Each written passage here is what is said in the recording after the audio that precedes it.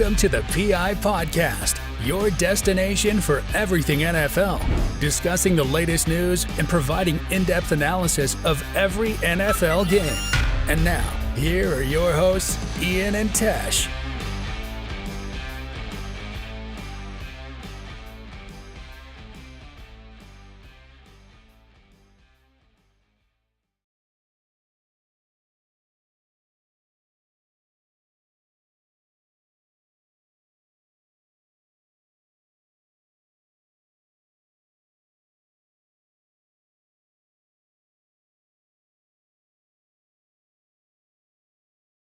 Hey guys, what is up? PI Podcast here with episode 15. We are live, we're in person, we're right next to each other, as you guys can see. And we definitely you guys want to check out our YouTube. It's PI Podcast on YouTube. We did a bunch of pack openings, and we're going to be uploading them. And we pulled some insane stuff, including Devin Singletary green mosaic card. A 1 of 10. A 1 of 10 green mosaic Devin Singletary, which was crazy in itself. We got that and a lot of other great pulls, like some rookies and stuff like that. So we did a lot of other boxes. We did the Prestige boxes, Mosaic NFL boxes. These are all Panini boxes, and they do different promotions, and they release later. So definitely we try testing out some different things. And we opened Prestige boxes, Mosaic boxes, Illusions boxes, all 2021. And then we got Absolute Football boxes as well. And just a hell of a lot of different pack openings that you guys are going to see. And really good pulls. So hopefully you guys are excited for that. And at the end of today's stream, we will be opening up these 4 packs, the NFL Player of the Day 2021s. These are exclusive to card shops, and they give you it based on how much you spend. So definitely check it out. And at the end of the stream, we'll be opening these. So let's start off with our first piece of news for the day. Weddle said that if they get 500 likes by midnight, they will add Weddle Unlimited. And right now, they have 1,500 likes currently. So more likely than not, we're going to see a Weddle Unlimited and do Weddle as much as we want. Yeah, I'm super excited because I love Weddle. Like, I play Weddle all the time. Like, every day I do my Weddle. I do it with my Wordle. So I'm super excited for an Unlimited. Yeah, I do my Wordle every day, Weddle every day. It's going to be crazy to do it in limited times. So it's going to be really interesting to see. And it's a really fun game. The creator of that game really put time and effort into it, and they made it NFL, like how Wordle would be if it was an NFL edition. Yep. And then, so we'll start off with our NFL news now. We've got Deebo Samuel. Obviously, we talked about this last week, or on today's Sunday. So Wednesday, we talked about it. But Deebo Samuel has requested a trade from the 49ers. We're starting to get a little bit more information. It's believed that it's not about money and that he just doesn't want to play there. And it has been said that the 49ers has received calls about it. Yeah. Vital, thank you for stopping by. We're live in person. This is how you're going to see us for most of the podcasts nowadays. There's going to be some where we're online with each other, but most of the time you're going to see us in person like this. This is a setup for right now. So definitely really, really awesome. So thanks for stopping by, Vital. Deebo Samuel. I mean, they need to work something out with him. I mean, that's their star player, one of their star players right there. And Trey Lance and Deebo, like 49er fans have been wanting that for so long. And it's gonna hurt them even more because Deebo's a wide receiver halfback. He's a wide back, basically, with what they're calling it. And he's just so versatile. He can run the ball. He can catch the ball. Like Cordero Patterson as well. Run the ball, catch the ball. Literally, Deebo Samuel is that all-around player. And for him to request a trade means something's going on in that organization with the 49ers. And the 49ers should do everything they can to keep him because he's a young, rising star and definitely already showed he's a rising star. Yeah, you don't want a guy like him sitting on the bench, refusing to play. And you don't want to face him, so you don't want to get rid of him, really. I think it's going to take a lot to trade him. I think it's going to be kind of like a Kyler Murray type situation where they had to give quite a few picks away. And then whoever gets him is going to have to sign him to a huge deal. Yeah, he's going to have a huge deal. I think it's going to have to be like Devontae Adams type contract because Devontae Adams is the best receiver in the league right now. Obviously, when DeAndre Hopkins comes back, he'll compete for that spot. But Deebo Samuel can do anything. He's a running back. He's a wide receiver. He can make people miss downfield. He can shake tackles. He's just an all-around awesome, talented player. So one, you want to keep a guy like that on your team, and two, you don't want to play a guy like that. Yeah, you definitely don't want to play a guy that appreciative. Definitely, Debo is one of those players. I know for a fact the 49ers don't want to trade him in their division because they're gonna have to play him 2 times a year, and if that even happens, which is highly unlikely. But one of these wide receiver needy teams, they would need to offer. I think you'd have to offer at least a first or second round pick for Debo, 100%. and then they'd want more on that, or player or something, or even more draft picks on top of that. So it's one of those things. Yeah, you let him sit before you go. So they're gonna get a haul for him, unless it's near the trade deadline, and you're worried he's gonna leave anyway. So you want to get something for him. So it's gonna be cool to. You got to watch that situation.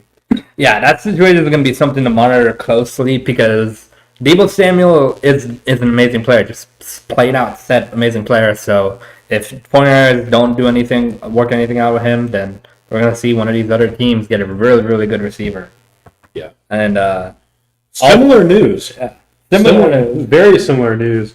Kyler Murray is expected to sit this season if he does not get a new contract. But the general manager, Steve Keim, says that there is 0% chance he is traded. But I do want to say, they said that with Josh Rosen. It is a different situation, but they said that with Josh Rosen. Yeah, they said that with Josh Rosen. You never know. You never know, though. It's the NFL. Kyler sits the season, doesn't get a contract. Well, even Kyler came out and said he doesn't want to leave Arizona. Yeah. It's his home. Yeah. But to have Kyler sit out this season, your playoff chances are basically diminished. Basically gone. Yeah. And it's going to hurt that organization even more. They're just going to have to find a back quarterback. And they probably won't even they won't even compete this season. But even though they want to. So one of the main things the Cardinals need to do is get Kyler his contract. He's an all-around amazing player. He's an amazing quarterback. He can throw on a run. He can do deep balls like crazy. He can throw deep balls off his back foot. There's not many people who do that. Maybe Patrick Mahomes, and we haven't seen much from anybody else. That's the baseball player. Baseball players are just so talented. So that's why you see people like Patrick Mahomes, Kyler Murray, Russell Wilson plays baseball. These guys that play baseball, that's what they do. They throw off their back feet. They're constantly throwing sidearm. They're just built different. They really are just built different. Yeah, to play two different sports. It gives you a lot more skills in the NFL as well. Like you said, those sidearm throws. You've seen Patrick Mahomes do it on his side, falling down. Yeah. Somehow incredible. I don't think anyone else in the NFL could do that right now. Who knows? These rookies are getting crazier and crazier by the year. And it's just crazy to see. If Kyler just sits, it's going to be disappointing for fans and disappointing for everybody in general because Kyler is such a big, explosive player. It's going to be something to monitor as we go on to the NFL draft and so on. And if Kyler doesn't get his contract, he's likely to sit this season. So we're going to talk about my Jaguars for a little bit. They have the number 1 overall pick for the second year in a row. Last year, undisputed, Trevor Lawrence, number 1. There were some rumors Justin Fields might go number 1, but we all know that was just a rumor. But this year, we don't know who the Jaguars are getting. We really don't. We think we do, and you're like, they got to go Aiden Hutchinson. They got to. However, Jaguars GM Trent Baalke, he has stated that they've narrowed it down to 4 players. He didn't name them, but we can assume that's Aiden Hutchinson, Evan Neal, Trayvon Walker, and then Thibodeau. Yeah, those are 4 really big names. I mean, the Jaguars have the number 1 pick. I fully believe they're going to go Aiden Hutchinson, but these 4 players, Aiden Hutchinson, Thibodeau, I could see the Jaguars getting either. And then last surprise move, they get Evan Neal because they want someone online. And that would be the most lackluster pick, I guess, in terms of watching the draft. Because I know we're going to the NFL draft party, and I know that if an offensive lineman gets picked at number 1, I think a lot of those Jaguar fans are going to get real angry. Yeah, here's the thing, though. Watching the team, we do need an offensive line. We need offensive line help. And I know a lot of people are like, we just got Brandon Scherf. We just franchise tagged Cam Robinson. Our center retired, and our left guard, Andrew Norwell, is no longer with us. He's with the Washington Commanders. So we have a whole left guard. Ben Barch can definitely play it. I think he played good throughout the season. And Tyler Shatley played well to play center. But the problem is they're not your franchise guy. Evan Neal would be a franchise guy to protect Trevor Lawrence. So I wouldn't be shocked if we went left tackle. With that way, he can play guard all year at the NFL level. Cam Robinson, left tackle. Then you just have to worry about center, and then we can go after Linderman, and we'll be set. Yeah, it would help. Any of these 4 players are going to help the Jaguars in their run, in their team in general. And I'm interested to see who they pick, because whoever they pick is going to be a starter and instantly, and it's going to be fun to watch what the Jaguars do. Yeah. I don't think you can do there's rumors of Trayvon Walker. I'll be upset if we go Trayvon Walker, honestly, because the ceiling just isn't there. He's a freak athlete, but these other 4 guys are polished compared to him. And I said it before, if we draft Trayvon Walker first and he does good, cool. But the problem is, if we miss on Aiden Hutchinson, Or even Thibodeau, and they go off and turn into superstar DNs like JJ brothers, I'll be very upset. Yeah. So guys, we're going to be vlogging our draft party. We're going to the Jacksonville Jaguars draft party this Thursday. We're going to be vlogging it. The video will be out soon after. Definitely make sure you guys go to our YouTube. It's PIPod. Make sure you guys subscribe and hit the bell so you know when we go live, when we upload that video. You guys don't want to miss it at all. Yeah. And moving on, we got the Steelers are signing safety Terrell Edmonds to a 1-year deal worth $2.5 million. And with a safety signing, Tyron Matthew is still not on an NFL team yet, which is really, really interesting, because Tyron Matthew is one of those impact safeties. Yeah. In Kansas City, he was one of the core pieces of that defense. Him and Chris Jones, they were the soul of that defense. You could even say that Tyron Matthew was the soul of that Chiefs defense. And just him not even being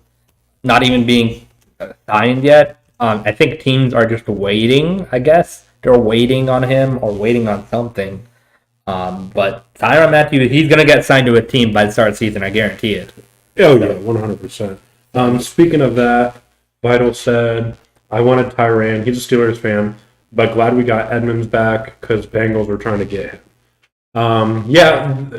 This is a solid signing. He's not going to light it up like Tyron Matthew would, but he's a way cheaper option, which means the Steelers can really do whatever with their draft picks now. They don't have to, they filled a little bit of a hole there They could still go after Tyron. I mean, it's not impossible to do. They have the cap space for it. But we're very interested to see what the Steelers do with their pick because, there's rumors they go with a quarterback with the first-round pick. They don't have to. They don't have to, but... They got Mitchell Trubisky. They might wait a year because next year is the quarterback draft again. I'm interested to see what the Steelers do with their first pick. Yeah, so Terrell Edmonds it's actually good. You signed him back to a cheap deal, so you're getting your safety back, and then you could still sign Tyron Matthew. So if the Steelers do decide, hey, I want Tyron Matthew to honey badger on my team, they could go do that, and they'd have two safeties that they know can play. Sources say we would trade for Malik. That's who he wants as a Falcons fan at number 8. Oh, if the Steelers trade up, I could see him going for Malik Willis or Desmond Ridder. I could see them going Malik Willis or Kenny Pickett. Ooh. But here's my thing. Kenny Pickett's also in that list too. Yeah. Kenny Pickett's polished compared to Malik Willis. He's going to be the guy, and I could see the Steelers going after someone that was polished, but I could also see Mike Tomlin saying, you know what, we got Mitchell Trubisky for 2 years. Malik, sit this year behind him. We're not going to play you much. We might play a little bit. Next year, we'll kind of swap you guys out, and then Malik Willis will have some starter experience going into year 3. Yeah, I think Malik Willis, I think if the Falcons do select him or even Kenny Pickett or Desmond Ridder, I'm pretty sure if we did pick Malik Willis, they would sit him a year behind Mariota to have that veteran presence because Mariota, he's a veteran now. He has that, and we would let Malik Willis sit for a veteran presence. You know what? Here's a quick question. We haven't talked about this. Who do you think is the first quarterback to go? I think it's Malik. I think it's either Malik Willis or Kenny Pickett. I think so too. I just, the more I think about it, everybody thinks, like at first it was Kenny Pickett's going to be the first pick out of the quarterbacks, but now we've watched a combine with Malik Willis and the dude's just, he's insane. I mean, he's a freak athlete. He, like everybody says, he's not the polished guy. He's going to need to be, developed, but still, he's got the ceiling that nobody else in this draft has. I think if Atlanta selects him, he would fit so well with Arthur Smith. Like I think Arthur Smith could develop him really well. Like look what he did with Tannehill when he came to Tennessee. It's interesting to see though. Speaking of the Steelers, we've never really seen Mike Tomlin with an athlete at the quarterback position. I mean, Mike Vick a little bit for the one season. But he's had Big Ben his whole tenure with the Steelers. The Steelers do like to run play action. I just think Malik Willis, if he drops out low, that's going to be hard to. I don't think the Panthers could even select him. Yeah, exactly. The Panthers have a shot at him, but Malik Willis with Najee Harris in the back, it would be a completely different style of offense for the Steelers, in my opinion, because Big Ben in his last year, he wasn't able to move for the play action. Malik Willis would be able to hand the ball off to Najee Harris. He would be able to roll out after faking it to Najee Harris, or they could do some read options. Like Malik Willis with the Steelers would honestly be a contender, I think. You got a really good running back in Najee Harris that is in the second year. You got Deontay Johnson on one side. Yeah, Deontay Johnson. And then you got Chase Claypool on the other, Pat Fryermuth, a good tight end. You got TJ Watt on the defense. You got Terrell Edmonds on safety that you just re-signed. And you got an amazing pass rush. And then you got linebackers that need to develop a little bit. But that would be a scary team. I think Mike Tomlin, like we said earlier, he hasn't had a losing season in his whole career with the Steelers. With Big Ben was declining. I think everybody will agree Big Ben should have retired 2 years ago. Yeah, I definitely agree with you there. Big Ben should have retired at least last year or 2 years ago. Yeah, and just imagine, you watch videos of Ben Roethlisberger, he literally looked like an old man getting out of bed. He was just so slow. He was still an accurate quarterback, but obviously Like, the offense was like this, and with a mobile quarterback, the offense could go just expand. Like we were talking about read options. The Steelers have never ran a read option with Big Ben. No, you wouldn't even try that with Big Ben.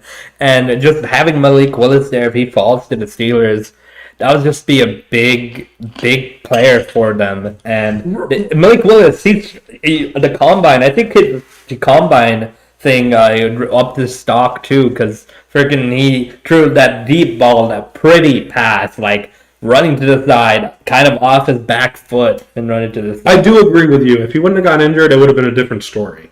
But he did get hurt, and that's kind of where the decline happened, in my opinion. And you're right. He probably could have played at a way higher level than we saw last year and the year before if he wouldn't have got hurt. But if you don't take the injury away, that should have been it for him after that injury. Yeah, Big Ben, there's this one video that keeps running in my head right now when we talk about how he was getting older and how he wasn't as good as he once was. He was just running and he just falls flat on his face.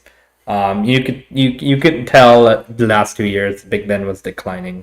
Yeah. And definitely Malik Willis, if he drops that low, scary looking offense for the Steelers, especially with Mike Tomlin as their head coach. And even if you get someone more polished, if Malik Willis goes off the board early, a guy like Kenny Pickett would be...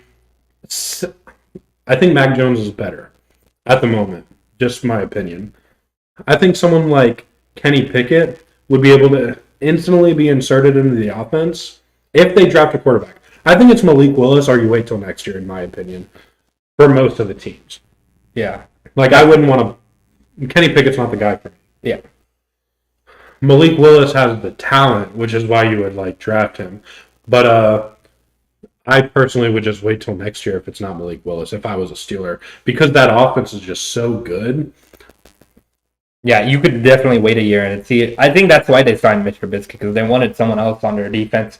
I think they wanted someone on defense to pick. So I think that's why they went for it. But you could insert someone like Kenny Pickett into the Steelers offense right now, and it would be ran similarly to what Mac Jones is doing up there in New England. You got a really good roster. They really just got to game manage. Yeah, they really got to... Exactly. They just got to game manage. Vital, you're exactly right. I'm going to miss Matt Ryan so much. He's no longer a Falcon. Definitely going to miss him. I am so still upset that we traded him. It's going to be a round pick. It's also going to be weird watching the Steelers without Big Ben. I mean, he's been there since 2004. Yeah, it's going to be a very different look for Steelers, but I mean, things got to move forward. I mean, Big Ben wasn't going to be there for a career, so better now than And like we said, he was declining. I mean, the decline was there after the injury, so luckily they have a chance to get a quarterback in this draft, or they were able to snag Trubisky, who can be the placeholder until they figure out what they're doing next year. I honestly think that Trubisky is going to play well. Yeah, with that offense. Okay, yeah. And even with the defense, he kind of carry him too. Because, even though we all kind of shit on Trubisky, he didn't have a coach there. He did not have a coach in Chicago that could work with him. We seen it last year with Justin Fields and Nick Foles. What are you doing? Throwing Justin Fields in sometimes, taking him out, throwing him in, taking him out. Then Nick Foles is coming in.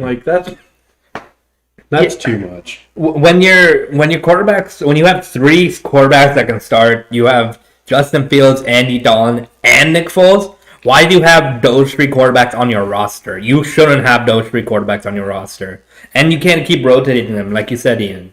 Matt Nagy was horrible for that Bears team. Horrible for Justin Fields' first year as a rookie. I mean, it didn't help him at all. So it's good that they got a new coach in Chicago, and I really think Justin Fields is going to develop well there.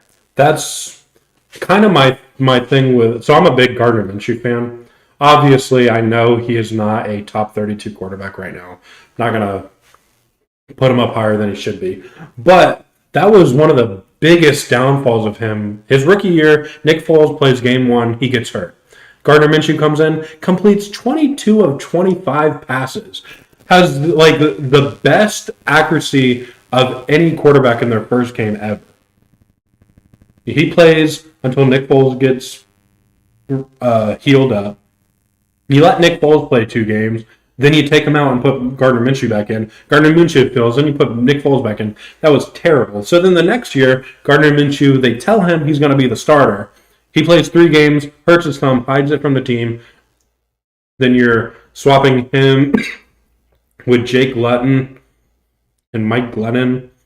That's where the problem lies. With Nick Foles, he got hurt, and he was looking good for the Jaguars when he started. Yeah, the first game. But yeah, they put Gardner Minshew in when he was a rookie, and then Nick Foles got back, and he only played 2 games, I think, right? Yeah. And then they just benched him. I was like, no, you can't do that. Nick Yeah. Foles was being really good for your team before he got injured. I mean, you can't rotate your quarterbacks like that. There's so many things wrong with that they can't do. And then the development. You can't do that to a confidence of a quarterback. Like, that ruins your confidence. You're pulling him in, pulling him out. You can't game plan. And then the problem in year 2, like I said, I'm not saying he should have hit the injury. He was wrong for that. But the problem was, you have 3 quarterbacks that you're playing for, and this is very similar to the Chicago Bears. You have 3 completely different quarterbacks that all play completely different, and the game plan is the same. Like, why are you having Gardner Minshew sit in the pocket when you know he's a rollout guy because he's too short to be behind the line of scrimmage? You got to give him rollout passes. Nobody's rolling out. And then Mike Glennon's playing. He's a 6'6" quarterback. You've got the same game plan. He's sitting in the pocket all day. You've got to. The problem with the Chicago Bears, they have the same game plan regardless of who was at quarterback. When Justin Fields is way more mobile than Andy Dalton and Nick Foles, you got to play to their strengths, and nobody on the Chicago Bears coaching staff was able to do that.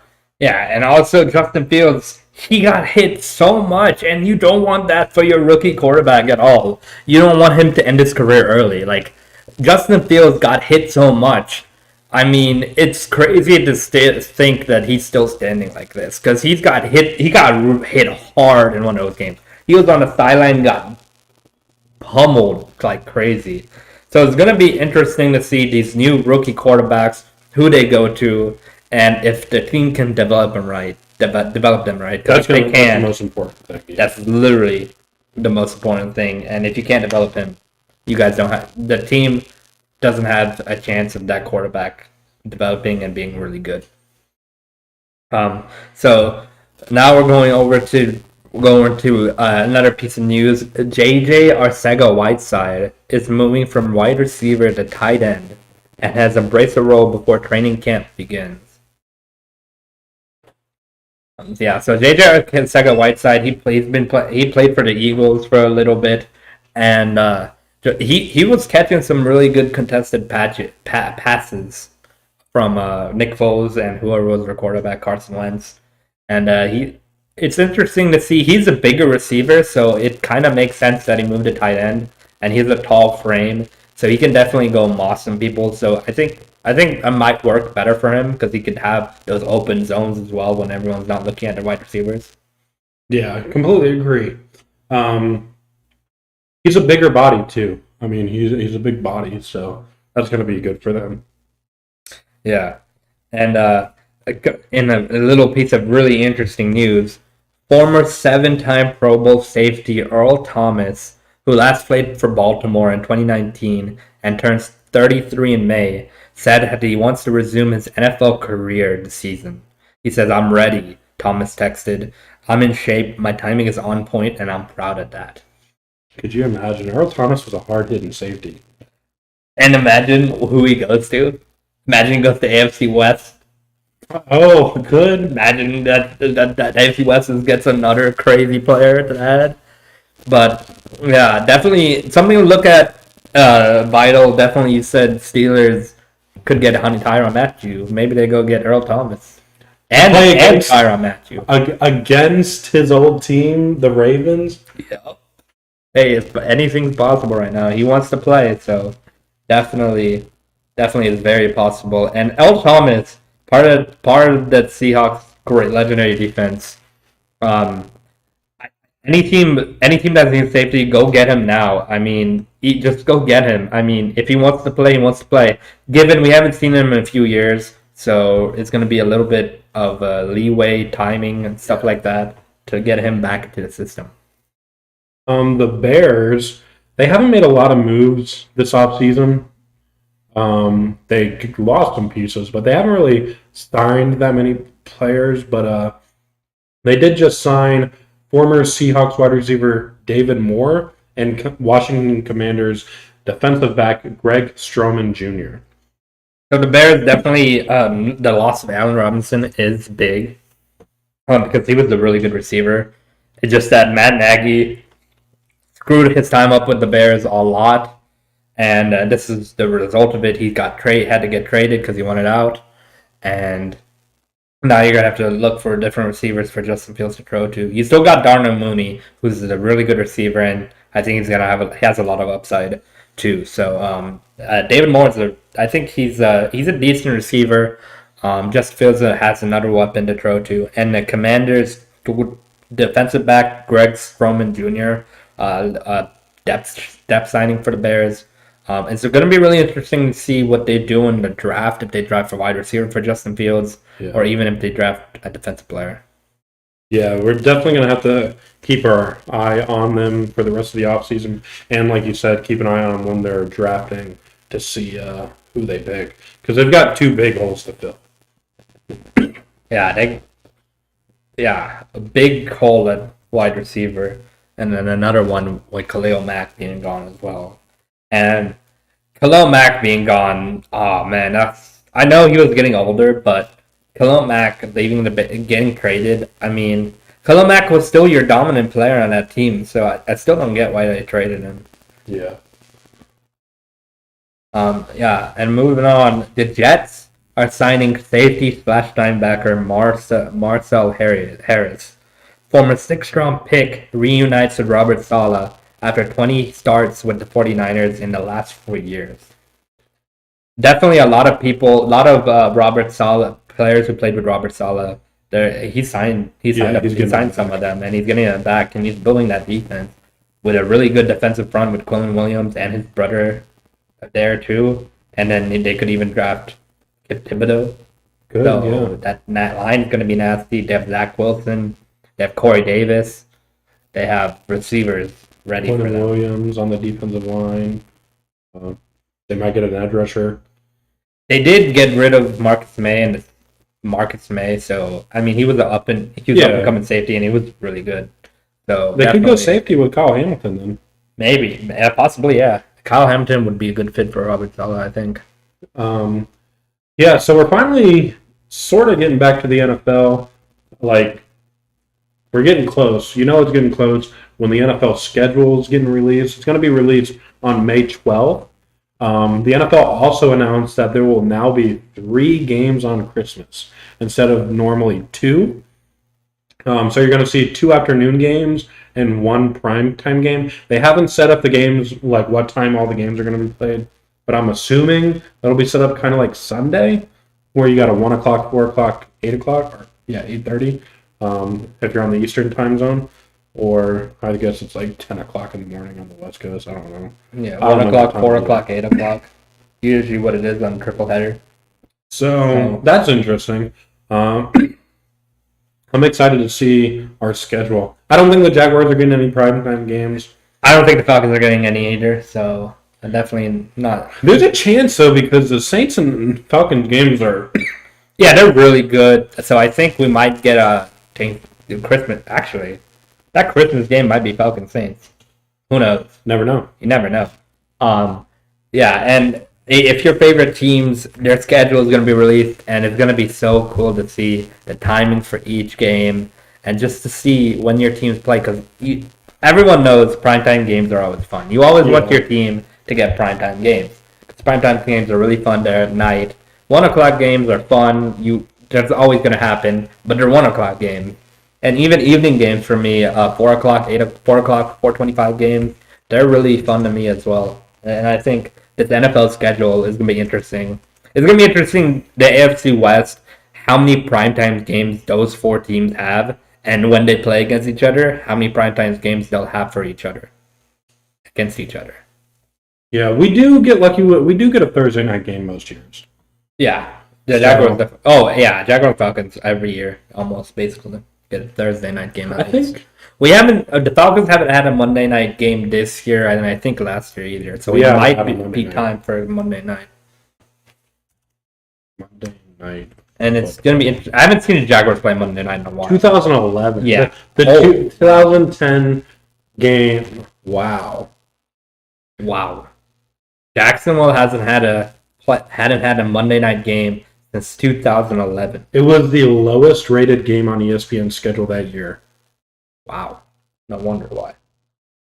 Well, now with Trevor Lawrence and everything, they imagine the NFL schedule says, "Hey, Jaguars Titans Monday." Yeah, but last year we had Urban Meyer and Trevor Lawrence, and we still didn't get a primetime game. Other than the Thursday night game, which I think every team gets a Thursday night. Almost every team, Yeah. and some teams get it twice too. The Bills doing a little bit more work on their offensive line. They signed former Titans offensive lineman David Quesenberry to a 1-year deal. Yeah, the Titans released Questenberry after he's been with the Titans for a little bit, and he's a solid tackle, and definitely Bills want to protect Josh Allen even more. Good signing by the Bills. I think they left some of their tackle. They let go or something like that. So it's a good base signing for them. And in other news, the former Chief wide receiver Byron Pringle, who was signed to the Bears signed. He's been arrested Saturday for reckless driving and driving with a suspended license. So definitely a little bit of big news that just came out today. Byron Pringle, and now it's crazy to see these receivers. I don't think I think the 2015 to 2020 range, I don't think we've seen this many reports of players getting arrested or stuff like that happening. I wonder if the NFL is going to do anything program-wise or something for these players, like driving classes or something, because this obviously, it's crazy that players are still doing this when they just watched Henry Ruggs throw his life away, basically, after hitting the one girl, and like it was just inexcusable to be going that fast on that road. Like now, this we don't know what it means by reckless driving. There's no details yet. Could have been speeding, could have been swerving, could have been doing donuts in a parking lot. We don't know what it is, but still inexcusable. I mean, it just ruins his chances to play. and the fact you're doing it on a suspended license, which means You're definitely getting he arrested. shouldn't have been driving anyway. Yeah. So this is just really, really questionable decisions from NFL players, and it's just been increasing, I think, this last couple of years. And it's just really sad, really horrible to see, and something that the NFL should look into. Definitely, the government actually does if that gives them rehab courses and stuff like that. So possible he could be doing that already, and so it's crazy. All right, and Tom Brady is doing it again. He's restructuring his contract like he used to do all the time in New England. He used to take the pay cuts. He used to restructure his contract, and he just created $9 million in cap space for the Tampa Bay Buccaneers, and they now have the 6th most cap space out of all the teams. Maybe they push for the Honey Badger. Maybe that would be a good sign. They did lose one of their safeties too, so and this is why Tom Brady. This is why he always gets to the playoffs, always gets to the big games, because he doesn't care how much money he gets. He just he cares about the team too. Like, not many quarterbacks you see that wants a big payday. Talking about the Kyler Murray situation, he's not going to take a pay cut for his team. But that's the formula how Tom Brady keeps going back to the playoffs, keeps going back to big games. He makes this cap space for his team to do so they can sign a lot more better players. So that way his team can be really good and get a Super Bowl. And I don't know why these quarterbacks haven't figured it out yet. I mean, it's a really simple formula. If you can take a pay cut, you can. If you can take a pay cut, do it. It's going to only help your team more, help your defense, help your head coach sign more people that fits your system, and honestly make the team even better to make a playoff run. And a lot of people will argue that, the owners are billionaires. Why should they take pay cuts? But it's a little bit bigger than that, because you're taking money away from your teammates when you sign these big contracts. And two, they have so many opportunities to make money, especially the big names like Patrick Mahomes. Let's just say instead of a $50 million a year contract, he would have signed a $30 million contract, way underpaid. Do what Tom Brady's doing. Tom Brady keeps taking pay cuts. And what he did was he invested in his own business. So now he's got his own business, increasing revenue for himself. Obviously, you sign a bunch of sponsorships so that way you make money that way. Make up for all your lost money doing sponsorships. And then you can have a playoff caliber team every single year. Yeah, and then exactly what Ian said. Like, Tom Brady already he's probably saved money, lots of money, so that he can do this. He can take pay cuts and still get paid millions, and he's fine because that's how you run your that's how you run your career. That's how you run business in general. You save, you take pay cut. In the NFL for Tom Brady, it works for him if he's trying to win Super Bowl. You take a pay cut, you help your team out, and that's how it goes because he's still earning a lot of money from brand deals, for even ads, Madden ads, even Madden 22 cover. Probably EA played him a lot to be on the cover anyway. So definitely something to note for other teams or other quarterbacks that are trying to win. Right? Okay, so now that was all the news we had. We might be missing a thing or two, but this is everything we saw that was kind of big news. So we're going to step to that side of the camera real quick. We're going to aim the camera down, and we're going to open up these couple packs. Yeah, definitely have some packs for you guys. Some cool looking NFL Player of the Day from Panini, and these are exclusive. These are exclusive to card shops, and the only way these you can get these is if you spend some money at your local card shop. So definitely. How do you turn your thing down? I was going to pull up the live so we can keep an eye on the comments. Yeah. So definitely, we got our first one here. I'm going to open 2, and then Ian's going to open 2. How are you going to do it, Ian? I'm not on Wi-Fi, that's fine. But we can grab my phone then. Okay, yeah, go ahead. It's right on it. All right. Gonna open up these Panini NFL Player of the Day. We got these for free. I say for free. We technically did it for free, but we did get boxes. So make sure you guys are checking the YouTube. Make sure you guys have that bell on so you don't miss a pack opening from us. You guys probably see it. We've opened basically all of these boxes. All right, so we've got a Panini Emmitt Smith. Got a Charger Player of the Day. Justin Herbert, Player of the Day from Panini. Oh, it's a number 96 out of 99. Oh my God, a number 96 of 99, Justin Herbert. Wow, what a card. Let's go. What a card. Player of the Day, Justin Herbert, out of 99. Let's get that bad boy in the sleeve. Sleeve and a plastic cover. Very good pull for the first pack. Very good pull. Number 99. Definitely keep this thing going. Second Player of the Day. The card shop guy gave us 4 of them, so thank you to him. I don't know how many he's supposed to give us, but he gave us 4. That's really cool. Number 99, Justin Herbert. That was sick. That's really sick. We don't even get those in like regular boxes.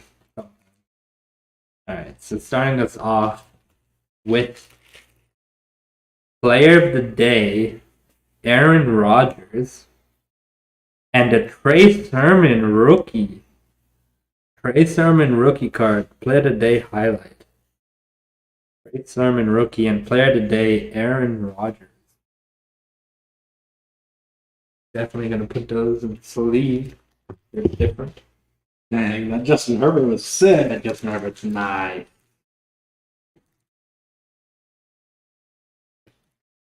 All right, on to the third pack, guys. No. Don't do it. Oh, okay. All right, so we got A.J. Brown. Player today. And a Trey Lance. Rookie card. Oh, man. Trey Lance rookie card. That's sick. That Trey Lance is sick. And on to the last pack, guys. On to the last pack. All right. As you can see, we're getting really into trading cards. Yeah.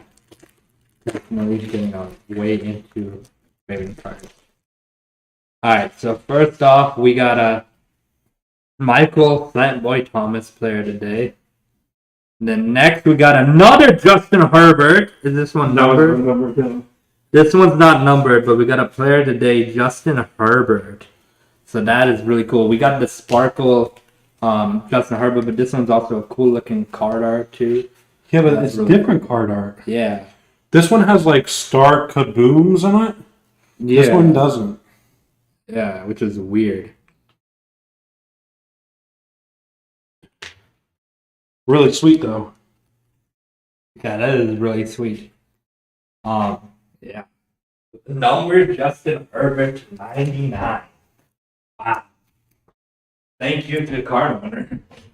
Yeah, he basically gave us those cards for free because of what we just bought from him. Yeah. Everything on this table we just bought from them.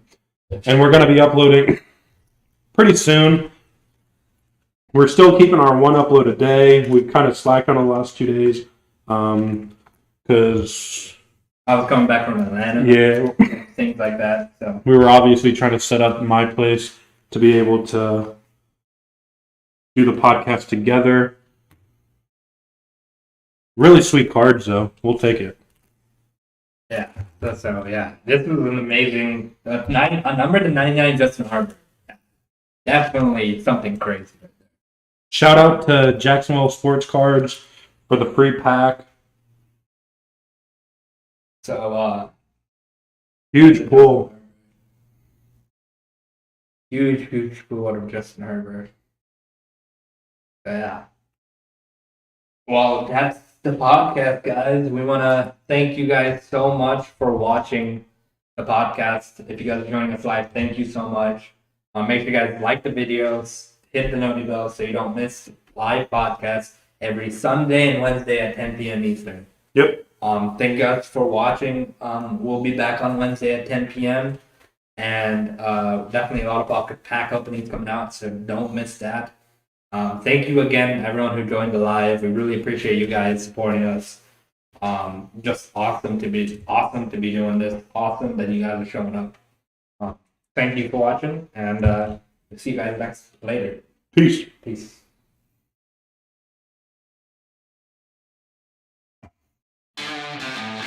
Thank you for watching the PI Podcast. Make sure you subscribe and tune in next time so you don't miss the latest news in the NFL world. You can also follow us on TikTok at PIPodcast and on Twitter at PIPodcasters. Until next time.